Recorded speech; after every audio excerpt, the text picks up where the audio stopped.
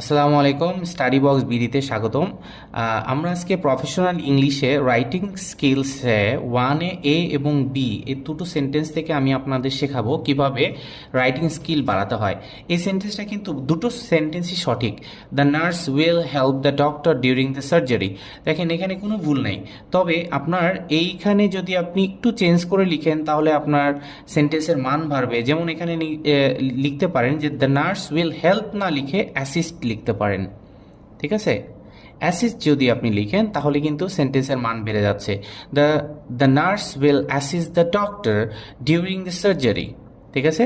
আচ্ছা, 2 নম্বর সেন্টেন্স যেটা আছে, the meeting will start at 10 o'clock।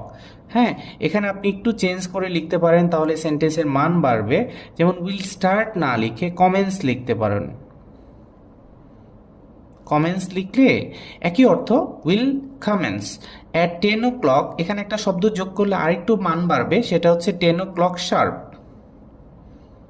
ঠিক আছে, এইভাবে আপনি আমার সাথে কানেক্টেড থাকেন। আমি দেখাবো যে স্কিল মানে আপনি কিভাবে কোনো একটা পরীক্ষায় এসএসসি ইন্টারমিডিয়েটে 10-এর ভিতরে 9 অথবা 10 কিভাবে না পাবেন। আপনি 10-এর ভিতরে আপনি 10-এ যদি 6 পান অথবা 7 পান তাহলে বুঝতে হবে আপনার মানে ওয়ার্ড চয়েসটা ঠিক মতো হচ্ছে না। আমাদের সাথে থাকেন, ইনশাআল্লাহ ইমপ্রুভমেন্টটা হবে।